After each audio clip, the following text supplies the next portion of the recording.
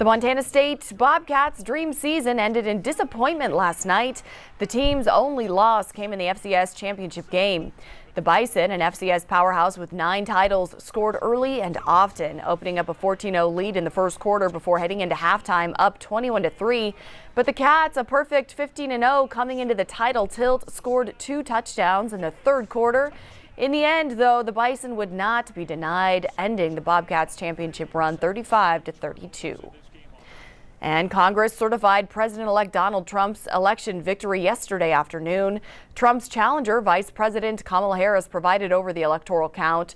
The process went on with no objections. Trump is expected to attend meetings with some Republican lawmakers on Capitol Hill tomorrow. And back in Montana, the first day of the 69th Montana legislature also kicked off yesterday. Both the House and Senate met for their first floor sessions of the year, with 100 representatives and 50 senators taking the oath of office.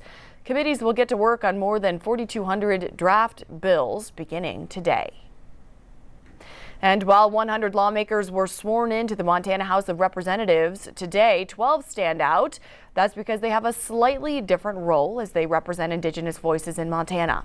MTN's Robin Iron is in Helena, and she spoke to a few Native lawmakers who share why their seat in the House is important. Over a dozen Indigenous lawmakers are now representing Montana and tribal nations at the state level, but this also means keeping Native issues at the forefront. This is an exciting endeavor. You know, they're going to lay a lot of groundwork for future representation for Indigenous people for us to build off of. Mariah Camel, a CSKT tribal member, says this is a historic moment for her people as 3 CSKT tribal members were among the other Indigenous lawmakers sworn in Monday. Those legislators include Shelley Fayant, who now represents a section of the Flathead Reservation, and it's her first time in state government. We're looking to get Montana back on track, and so there's just so much work to be done, and I'm really excited to be a part of it. New Indigenous lawmakers will play a significant part in passing laws for Montana, especially as members of the American Indian Caucus, like Jade Suktis, who represents Lame Deer.